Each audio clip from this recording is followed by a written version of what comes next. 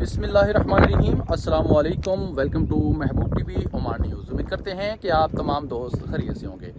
आज की वीडियो में हम बात करने वाले हैं ओमान पाकिस्तान वीज़ा के हवाले से। ओमान पाकिस्तान वीज़ा की अपडेट आपको देंगे।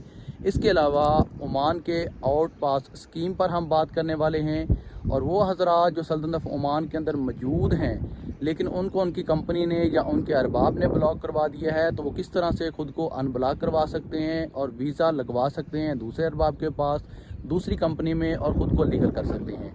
अगर आप कमेंट सेक्शन के अंदर मुझसे वीज़ा अपडेट के हवाले से जानना चाहते हैं, सवाल पूछ रहे हैं, तो मैं आपको बता दूं कि इस वीडियो के अंदर मैंने मुकम्मल तफसील के साथ आपको बताना है कि ओमान पाकिस्तान के वीज़े कब तक ओपन होने की उम्मीद की जा रही है।